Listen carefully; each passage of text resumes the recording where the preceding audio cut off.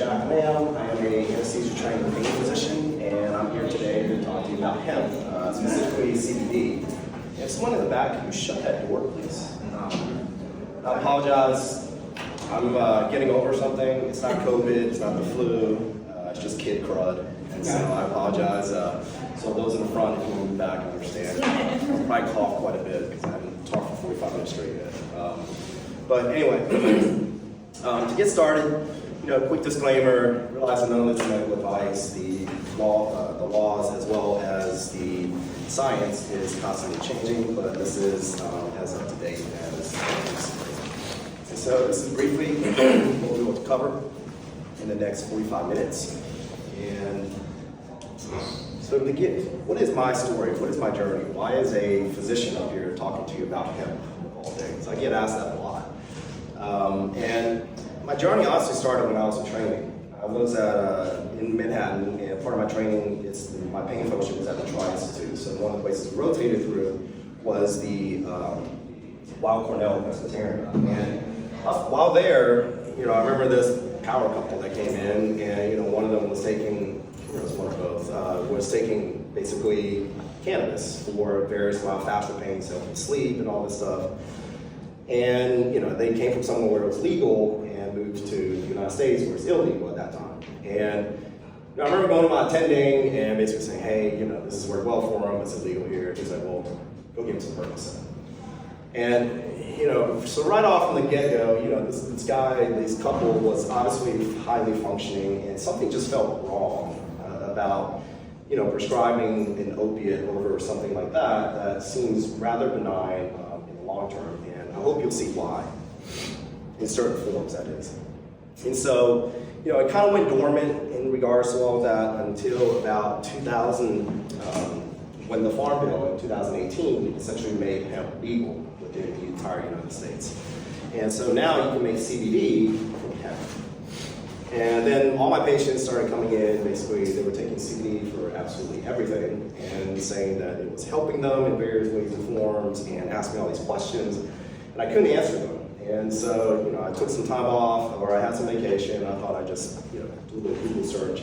Well, that morning turned into the whole day, turned into the whole weekend, and turned into what it is now, because I just couldn't believe what I didn't know at the time, and how misinformed I was the entire time.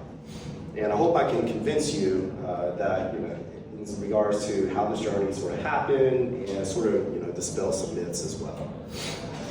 Because what I was also seeing was studies like this, where a systematic review of 39 studies looking at opiates, although that's not really the point of this talk, has caused some serious long-term side effects. And we will go into the evidence quite a bit, and I suppose symbolize going down the rabbit hole. My 4-year-old was like, Dad, why are you showing a bunny's butt? They didn't understand. Anyway. So yeah, December 2018, victory for hemp. Farm Bill legalizes agricultural hemp. And so let's address the elephant in the room, okay? And that is that this is not what we're going for, right? Hollywood and as well as the press, everybody likes to sort of stereotype cannabis in its absolute worst forms, kind of silly. Because there are vast differences between hemp and marijuana. Now, they are not specific types of strains or anything like that. This is purely nomenclature. So the government has essentially deemed cannabis as hemp if it is less than 0.3% THC. However, if it is more than 0.3, something magical happens and it turns into marijuana. Even if you look at the plant, they even look different. For hemp, it grows quite tall, whereas marijuana kind of grows kind of more fat and outward, if you will. And they're used differently. And one important distinguishing factor is the fact that CBD does not get you high. It causes no euphoric effects. And it actually neuromodulates. So what that means is that actually people that abuse marijuana actually hate CBD. They hate it when they consume cannabis that is high CBD because CBD actually blocks the receptor or modulates the receptor, changes it rather, so that the THC molecule, which is marijuana, really known for its high, cannot bind as well. And so they get less of a euphoric effect. And believe it or not, the majority of people who want to use cannabis is not for euphoric reasons. The majority of people want to take it for health and wellness reasons because everything else has been failing. And it is a very, very flexible, sort of dynamic plant too. It has so many different usages, and here's just a list of some of them. A few people know, but during World War II, the cannabis became legal magically, temporarily by the federal government. They were handing out, the United States Department of Agriculture was handing out hemp because they needed hemp fiber to make robes and parachutes and shoelaces. And then when the war was over, it magically became illegal again. Cannabis in the United States, I won't bore you with all the details, just know that there's a long history. It used to be accepted as a crop that you really had to grow. U.S. Pharmacopoeia even listed over 100 different illnesses and diseases that you can choose. And it really became popular in the United States in the form of marijuana in 1910 during the Mexican Revolution, when it started pouring in from Mexico mainly. And just understand that kind of historically, there's just a lot of very powerful, wealthy people that were involved in various ways, like Rockefeller Standard Oil compared to hemp ethanol. And this mainly due to the dynamics and the flexibility of what hemp can do, or cannabis can do. Rockefeller and Carnegie with pharmaceuticals, DuPont with hemp fiber, and the newspaper and timber industry in regards to paper pulp. And all of them were related in some way, shape, or form, and they essentially led to the Marijuana Tax Act of 1937. When this was proposed, believe it or not, the American Medical Association was sent a representative and asked not to enact this tax act because this essentially effectively ended cannabis in all its forms as usage for health and wellness reasons. And actually, believe it or not, many of the politicians who voted for the act didn't even know that it included hemp as well. There was a Forbes article that said, imagine a sweater softer than any fabric you've ever felt before and more durable than cotton. Imagine a car built with something lighter than steel and can withstand 10 times impact without denting. Henry Ford actually made a Model T out of hemp fiber and ran it on hemp ethanol fuel, hemp biofuel. Imagine you could save 4 acres of trees by making paper from a single area of rapid growing plant. It's called weed for a reason, right? It grows like a weed. And so, through one small plot of land, you can go through 4 crops within a year. Now imagine all this is actually possible, but you can't enjoy any of it because people in power want to decide the plant from which it is derived as a scorned cousin named marijuana. I mean, I just wonder what our environment and all these disasters that we have seen historically would look like if these acts were never done. Right, the timber industry will probably be replaced with hemp, and many people don't know the Constitution was actually written on hemp. Hemp, again, as a fuel, and hemp is also can be used in plastics. So let's get into the nitty gritty of what I think makes this plant so special. So there are many phytonutrients or plant nutrients within the cannabis plant, and one of them is the cannabinoids. So the most common ones that are talked about are things like Delta-9, THC, and CBD. There's over 120 of them. These are just some of the others at the bottom here. And this is a great sort of wheel, if you will, from Leafly. Leafly.com is a great website if you guys ever want to get some more information. But there have been many, many studies looking at these various cannabinoids and what they are used for and everything else. If you do a Google Scholar search, trust me, there is way too much information on there to read. This information dates really, really, really far back, decades of research, mainly spearheaded by Raphael Mechoulam, who unfortunately died on March the 10th. And it was a great loss to the entire cannabis space research. So you have cannabinoids, and then the other big one is terpenes. Terpenes is what basically makes up essential oils. And I used to not believe in essential oils neither until you actually look at some of the research. There are actually hospitals that have essential oil gurus go around to the ICUs and all this stuff, and believe it or not, statistically, they get out of the hospital early. And this is just a small portion of them, myrcene, limonene, caryophyllene, and so on and so forth. And these are all in the cannabis plant. And you can see the effects as well as where they are also found in everyday items within your kitchen. So you're saying the data supports shorter hospital stays if they have received Essential oil therapy. essential oil therapy. Wow. And then you have flavonoids, and flavonoids is what gives fruits and vegetables its colors, right? So terpenes is the odor or the smell, Water sounds terrible. Flavonoids is more of the colors. And so it's the largest group of phytonutrients with over 6,000 types. And there was a journal that looked and stated that cannabis sativa actually produces canflavin A and B, which are flavonoids specific to the cannabis plant. And per gram, it actually has 30 times anti-inflammatory effects compared to aspirin. And this is natural. Just real quick on this slide, we know that there's a bunch of different synthetic types like dronabinol, Sativex, and Epidiolex. Epidiolex you probably heard quite a bit of, but all these are what's deemed sort of CBD isolates. It's just very, very concentrated, like 99.9% pure CBD, and we'll talk about why that may not be the best. And just bear in mind the Epidiolex in regards to the milligrams, about 5 to 20 milligrams per kilogram, which is pretty high.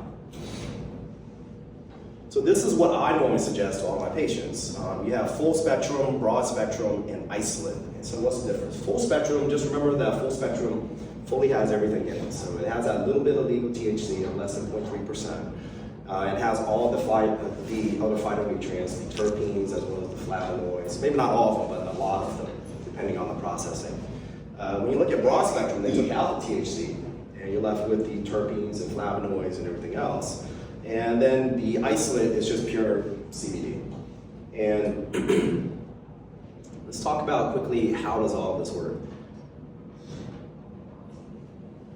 So what is the endocannabinoid system? The endocannabinoid system is a system there in the middle that ties in every system within your body. Every one of you in this room produce your own cannabis molecules.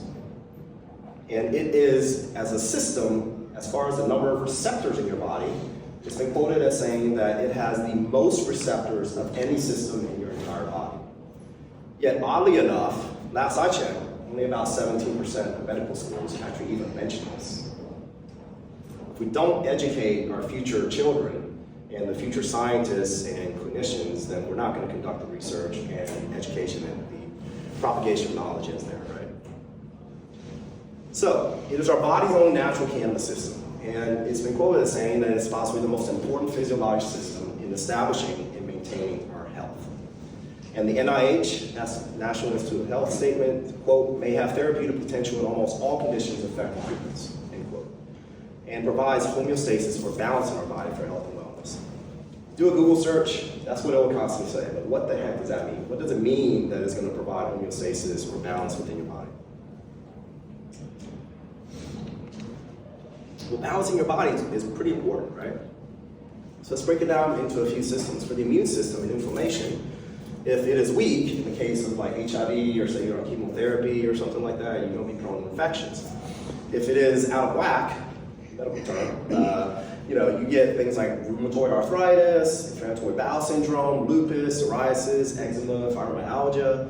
In the hormone and endocrine system, right, you get things like you see there. In the central nervous system, you see things like insomnia, migraine, seizures, and the list goes on.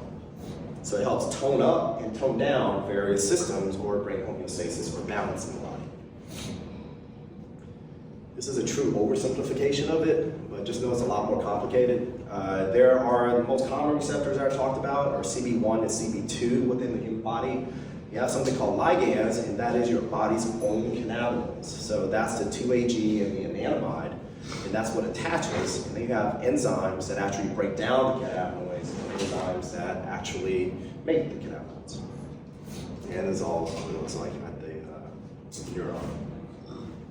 So for CBD, it actually keeps the FAAH enzyme from breaking down your own anandamide in your own body. So it actually upregulates your body's own cannabis system is how it mainly works. And again, it modulates or changes the neurotransmitters affecting emotional states, which equals in aids in dysphoric effects of pain or just bad feelings about pain and withdrawal. It activates serotonin receptors, which leads to lower heart rate and improves mood. And there are many other receptors, the mu receptors, which is what opiates target, also targets that as well. There's the TRPA1, which is tied into pain, itching, inflammation, and TRV1, which is related to inflammation and analgesia, or pain relief. And where are these receptors? The CB1 receptors are mainly located throughout the central nervous system, the brain and spinal cord mainly. CB1, CB2, there's a great diagram basically showing where they predominantly exist. And CB2 in the lymphatic and immune system mainly as well. So, where do I begin in regards to telling patients how to go about purchasing a high quality CBD? Because herein lies the problem, is that currently there is no regulation in this space at all. The government doesn't have a deem list. They don't know whether to call it a drug, a supplement, a food additive, because it's being used as everything right now. And so what that means is that everyone and mother is making CBD in their basement. And so if you're going to the gas station and buying your CBD, well, you at a bargain basement price. There's a reason why it's at a bargain basement price. And all this is important to keep in mind because I've been suggesting CBD to all my patients for like 3-4 years, and ever since 2018, and 4 or 5 years. And essentially, if you come in and you have side effects, one of the first things I tell the patient, and I used to do the research for them, but it takes a lot of work, is go home and do your research and look up all these things that I'm about to tell you. Because it probably isn't the cannabinoids that's actually doing to it, it's probably the way that it's processed and all the other junk that's in it that's actually making them sick or have various side effects and things like that. Because the plant is an amazing phytoremediator. What that means is that if you plant it, actually a lot of people plant it to kind of cleanse the soil because it pulls everything out of the ground. Believe it or not, in Chernobyl, it happened in Ukraine, they planted cannabis everywhere to pull radiation out of the ground to cleanse the soil. So you want to be careful. The FDA found in 2016 that 91% of products of CBD do not match the actual packaging. 2017, Journal of American Medical Association did a study and found that 70% of products do not match the packaging either. And this was just a podcast that I did. Chances are it may not be of the highest quality if you're buying your CBD from a gas station. So what is ideal? So THC content, believe it or not, I really encourage people to purchase one that is full spectrum with THC in it if their work will allow. The reason is this effect called the entourage effect.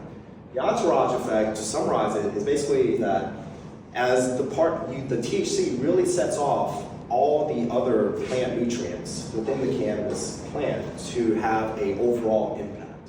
If you look at various studies, if you just use pure CBD, you have to use a much higher milligram than if you actually use one that is a full spectrum with all these other substances in it, including the THC. And let me tell you, 0.3% is really, really, really low. I mean, most people, you don't get a euphoric effect to about 4, maybe 5% or something like that. So, I mean, in my opinion, it can go up quite a bit to have a greater efficacy rate for people.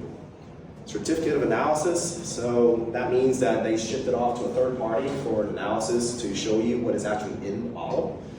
And because it's such a great phytoremediator, that helps you rule out metals, pesticides, fungus, bacteria, all these other things.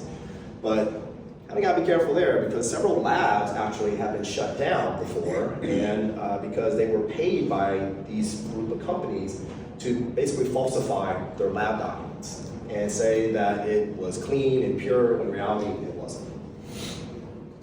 USDA organic certified is ideal as well because, I mean, you got the government, right, stepping in and basically putting their stamp of approval on it. And I mean, it's expensive to get all this stuff done, which is why in the space of CBD in this day and age, you really get what you pay for. And the bottle should say the concentration, and you want a seed to shelf company. And so, God, I'm blanking on your name. Kelly. Brain fog from all the data that I'm on. So Kelly is out there, for Green Compass. I probably should have said it, but full disclosure, I am a chief medical officer for Green Compass only after the fact because they met all these requirements. And so, if you guys want, please go ahead and visit her outside as well. So how do you use CBD oil? There's the adage that you want to start low and go slow, and there's this whole argument about whether you microdose it and all these things. I cannot look at you and say that you're going to need this many milligrams. There are so many factors that determine whether your body's endocannabinoid system, how damaged it is, how much revving up it needs, and I can't do it. It also determines on how severe are your symptoms. Like, say you're going to take it for insomnia. Well, how severe is your insomnia? Well, what is causing your insomnia? How long have you been unable to sleep? And all these things. All of these things matter. So as you can imagine, in the pain clinic that I work in, I believe in hitting the endocannabinoid system, the ECS, hit it hard and hit it well the first time, and then start backing down. There are people that will sit there, microdose, and literally do like drops at a time. I don't. I tell them to do a whole dropper at a time. And I just think that the majority of people, people are impatient these days, right? I mean, they're not going to sit there and like titrate by drops at a time and really give it a chance to work, in my opinion. And I have not seen anyone truly have significant side effects. But again, I'm mainly suggesting Green Compass's product. So, and just so you guys know, when I started. So when I took that weekend and learned about all this stuff, and it was not something, I couldn't believe what I stumbled upon. And so prior to the pandemic, I actually went out and I started organizing my own talks. And there was no group too small or too large that I wouldn't talk to. And I was like, I love public speaking to begin with, so I already had some connections with the community and the medical community. But I just started giving all these talks, and word started getting out that I guess there was this doctor that's talking about CBD to the healthcare community and anyone that would listen. And I actually had several companies reach out to me to ask me to join them, and I turned a couple of them down before landing, with Green Compass. And the reason was that I had a good product, bad management, or bad management and a good product. And so that's why I ended up here at Green Compass, just so you know. But I normally tell people to put under the tongue at night or twice a day, and about that many milligrams. Still kind of out for the jury. I've been talking to the newest chief science officer at Green Compass, and he's not 100% convinced that putting under the tongue really makes a difference in regards to absorption because of the carrier oil that it's in. I need to pick his brain a little bit more, but anyway, I tell them do not swallow for 60 Mississippis and titrate about every 3 to 5 days roughly. And it does matter how you consume it. Don't ever vape or smoke anything. There's a reason why you never see an animal standing over anything that's burning in the forest and just inhaling. It's just common sense that that's going to damage your lungs, and so don't do it as a human. And if you're going to take something oral, whether it is nanotechnology versus not, makes a big difference. If you just eat a regular CBD gummy, only about 3 to 7% bioavailability. That's the amount that actually reaches your bloodstream to the target receptors. But if you nanosize it, then the surface area goes up about 5 to 10 fold. So the amount that gets in goes up by about 5 to 10 fold. So let's talk a little bit about the evidence real quick. And we'll end on the Huntington's aspect. Excuse me. You guys okay with me going at this speed? It's a small room, so yeah, feel free to chime in. All right. So there was a study that looked at all these reasons, as all these diseases that people couldn't figure out what was going on. You have migraines, fibromyalgia, irritable bowel syndrome, blood treatment symptoms. Right here, start reading from here, statistically significant differences in cerebral spinal fluid, that's the fluid that bathes your brain, anandamide, your body's own cannabis system, molecule, levels have been documented in people with migraines, as well as PTSD and other things. Additional studies, obviously are needed. Every study ends up saying that. But they found that if you actually draw the cerebral spinal fluid off these individuals, you can tell that their anandamide levels are actually lower than the average person. So what about non-cancer pain? And they looked at 15 of 18 trials that met the inclusion criteria for significant analgesic effects of cannabinoids as compared to placebo, and several reported significant improvements in sleep. That is actually what I see. I think that in the world of chronic pain, there's the chronic pain syndrome, and one of the things that happens in there, right, there's like pain, sort of anxiety develops, sleep disturbance. I think that if you're suddenly able to get someone initially very good sleep, it allows you to face the day, gives you sort of that mental capacity to deal with whatever you're struggling with. But if you're dealing with something, that's really troubling in life and you're lacking sleep, the two is just, it's a mess, right? But anyway, short of it is that, they found that there is analgesic effects. There was a meta-analysis, so basically looked at a bunch of studies in January 2017 on the health effects of cannabis and cannabinoids. And they say, quote, conclusive or substantial evidence of cannabinoids' efficacy in pain relief, spasticity, and seizures, and that it was very well tolerated. They looked at fibromyalgia compared to some very common fibromyalgia medications, and this was looking at medicinal THC, so kind of different from just regular CBD, but you can look at the numbers are basically flipped compared to everything else that you see up there.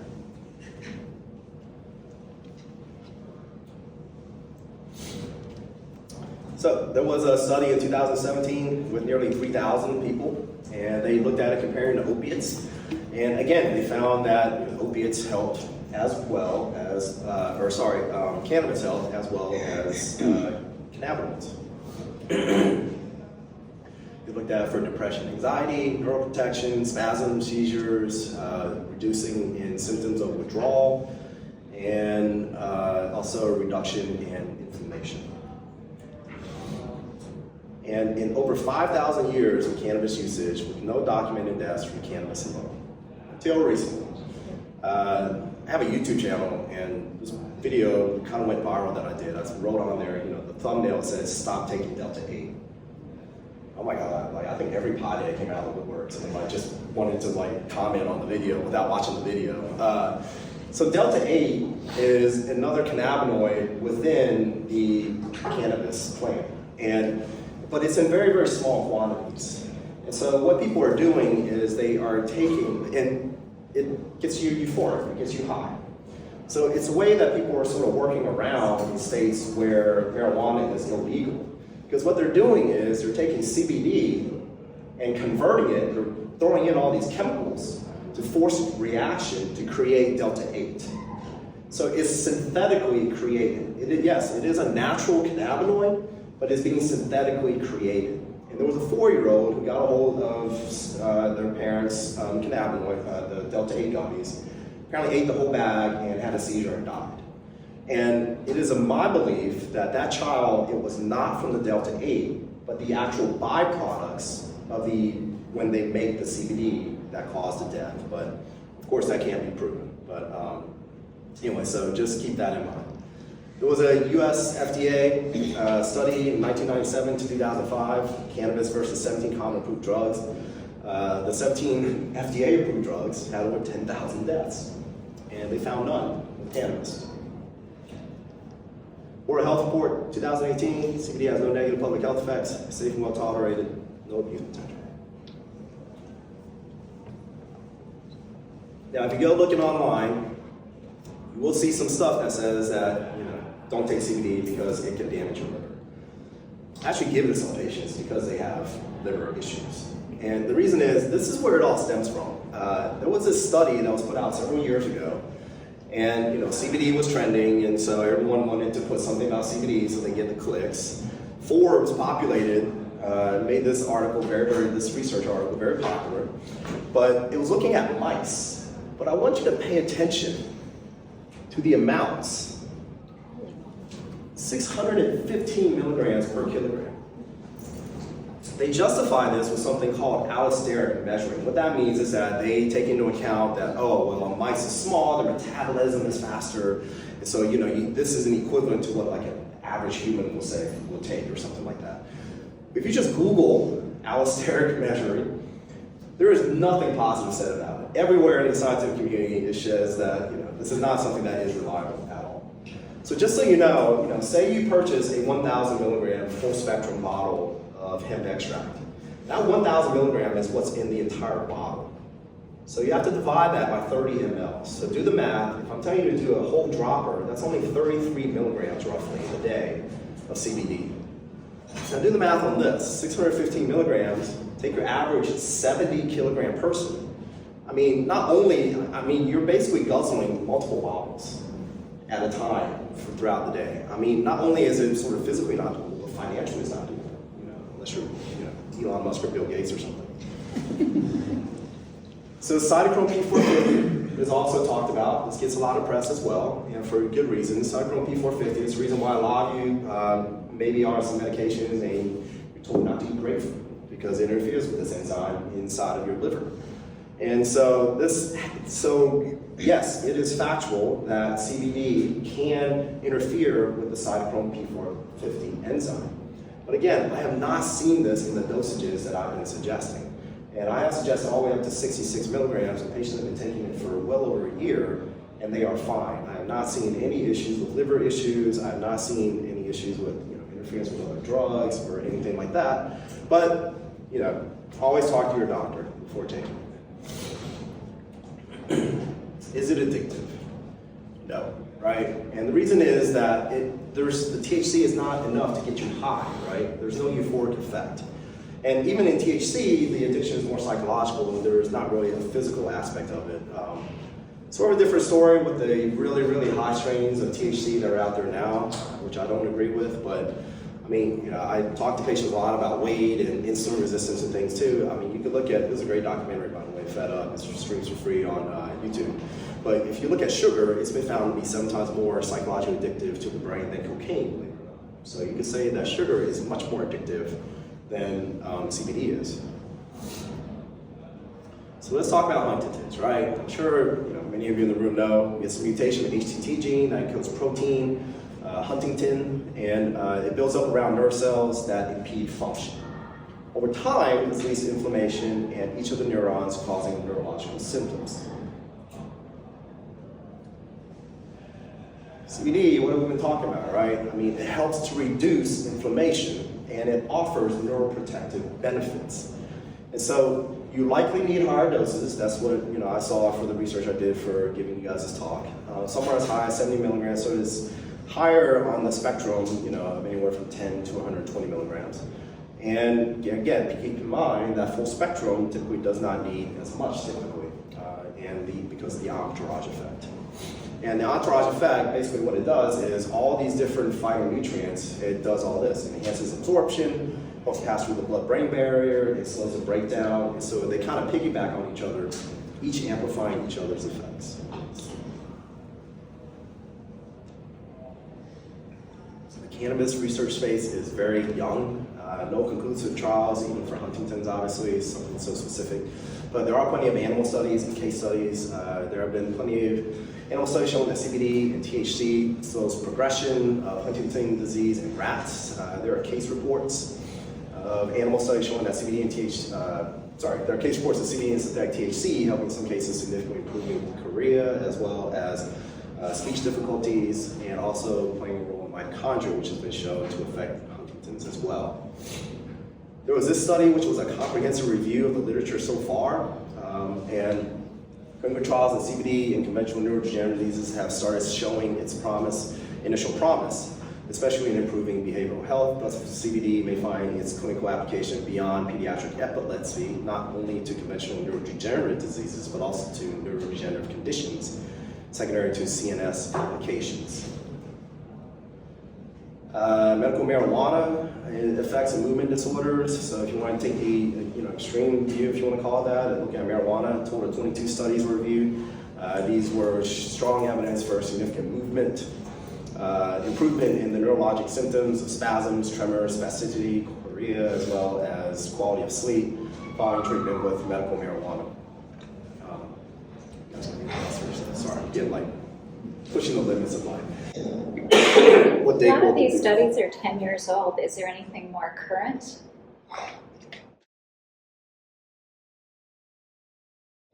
There is. I need to update this talk, but I just haven't updated it. So if you want to find the most current data, go to Google Scholars.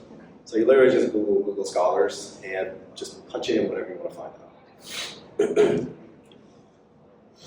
So here's where I think that we are right now. And by the way, just to answer your question also, part of the problem is that cannabis is still classified as a Schedule I drug.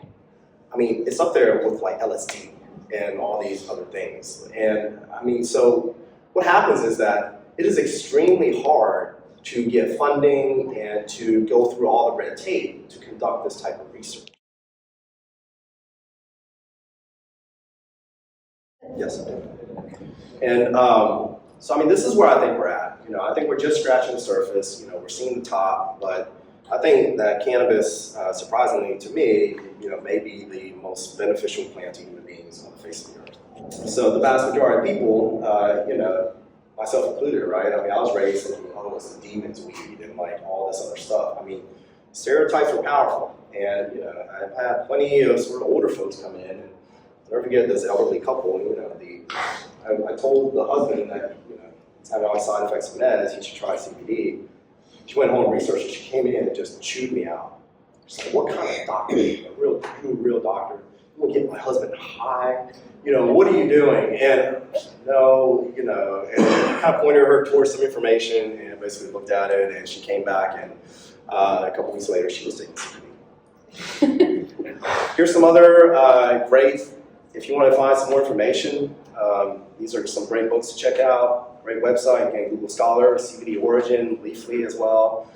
This is really good. Dr. Sanjay Gupta from CNN, he did a whole 4-part series several years ago called Weed 1, 2, 3, 4. It's really, really powerful. I really suggest you go on YouTube and watch that whole 4-part series. If you don't believe the healing, health, and wellness properties of, you know, the cannabis plant after watching that series, I don't know what to tell you. But naturally, my YouTube channel is the best. You know, you feel free to check out my YouTube channel too. I don't really have time to do videos these days, but it's there. And that's it. So, hope you guys learned something. Any questions? It is legal because it's less than 0.3% THC. That's the definition of full spectrum. Okay. Otherwise, it becomes marijuana. Yeah. There's a lot of money to be made in that, yep. Right, because now you're targeting people that want to get high as well as people that want to take it for medicinal purposes. Yeah. Or health and wellness purposes, things such as that. Okay. All right, very good. Thanks for having me.